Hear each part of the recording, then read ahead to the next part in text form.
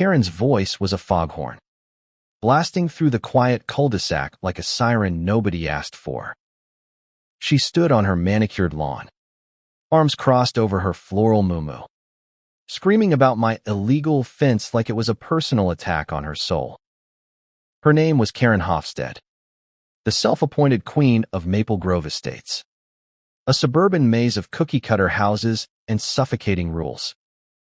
She wasn't just in the Homeowners Association, she was the HOA, wielding her clipboard like a scepter and her phone like a guillotine.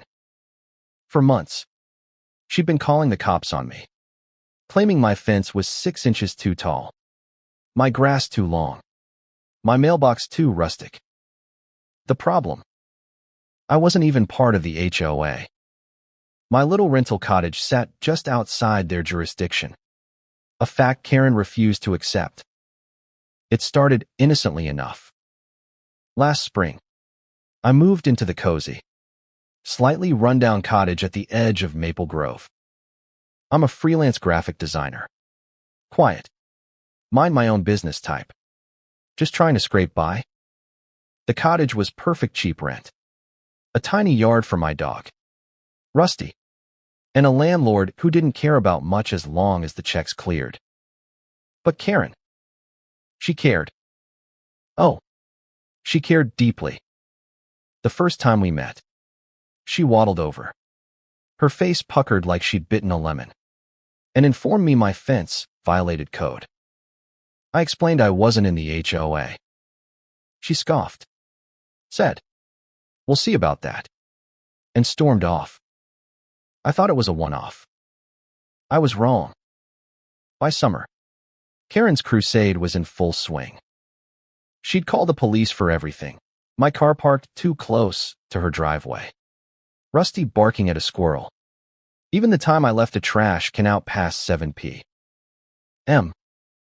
Each time, officers would show up, sigh, check my address, and leave, muttering about that woman wasting their time. I'd wave, embarrassed but polite, and they'd nod, knowing I wasn't the problem. Still, Karen's calls kept coming. She'd stand on her porch, smirking, as if her complaints were carving notches in some invisible victory belt. The neighbors started noticing.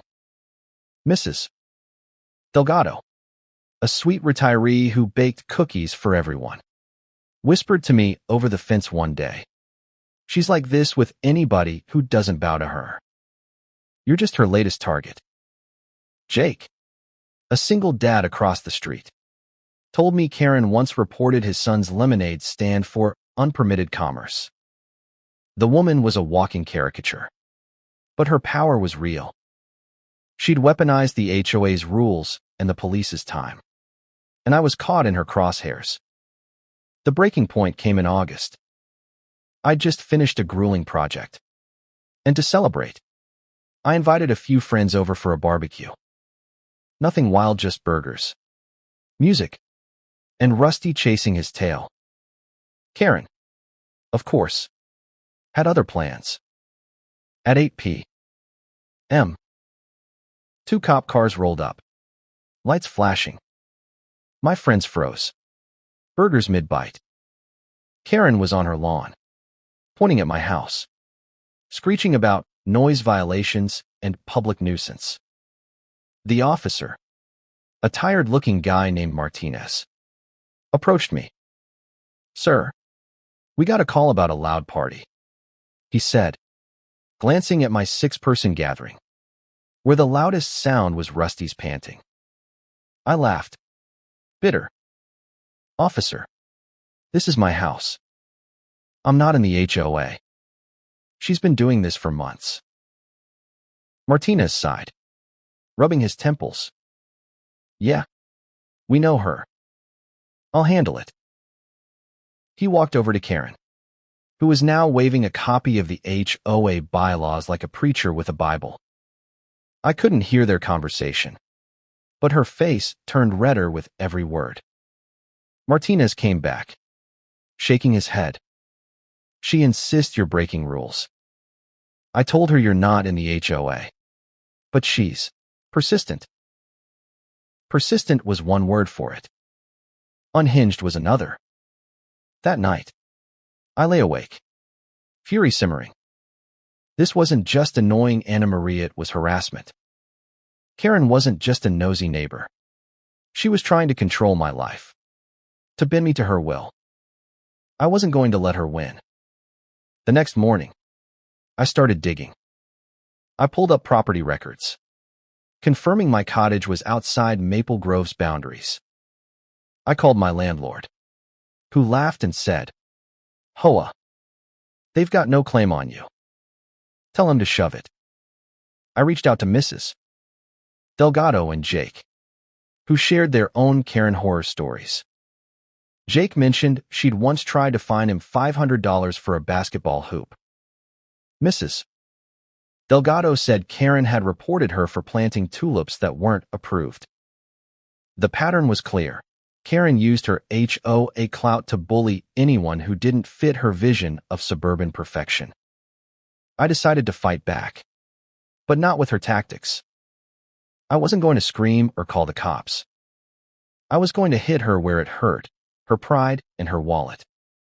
I contacted a lawyer, Sarah Nguyen, who specialized in harassment cases. Sarah was sharp, no nonsense, and thrilled to take on a case against someone like Karen. "This is textbook harassment," she said, flipping through my notes.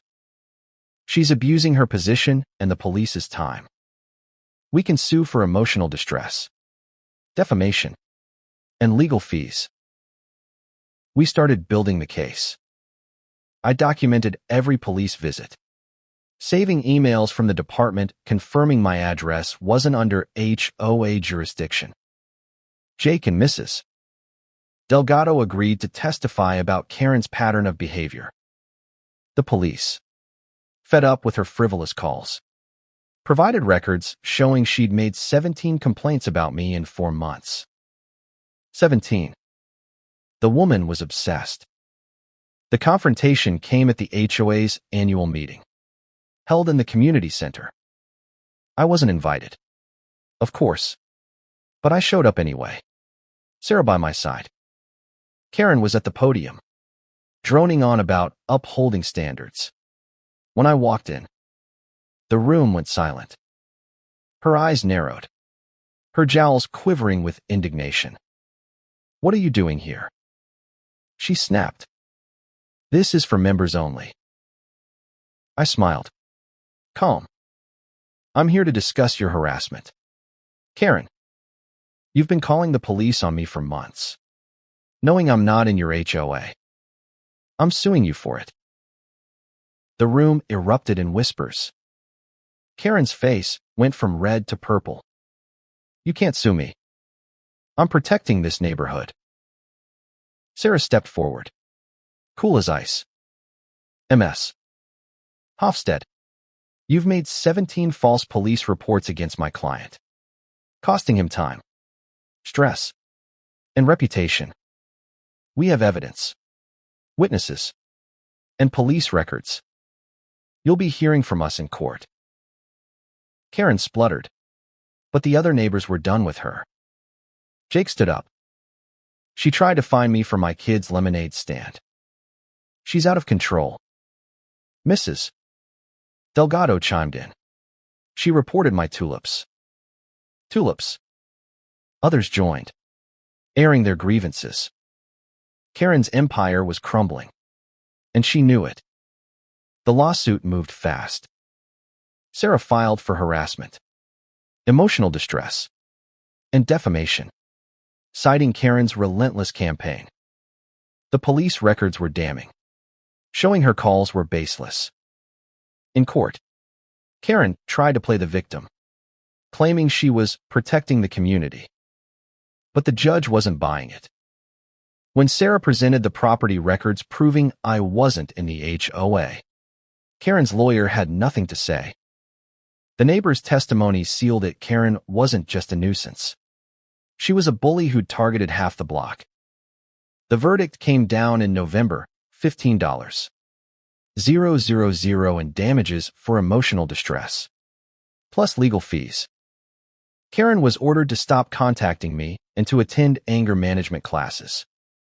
The HOA, embarrassed by the publicity, voted her out as president. Her reign was over. I didn't throw a party to celebrate, partly because I didn't want to give her an excuse to call the cops again. But I did invite Mrs. Delgado and Jake over for coffee. We sat in my yard, Rusty chasing his tail, and toasted to a quieter future. Karen moved away a month later. Her house sold to a young couple who actually waved hello. The neighborhood felt lighter, like a storm had passed. Karen thought she could control everyone.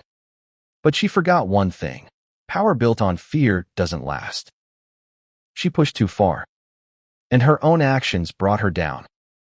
I didn't need to yell or fight dirty, I just needed the truth.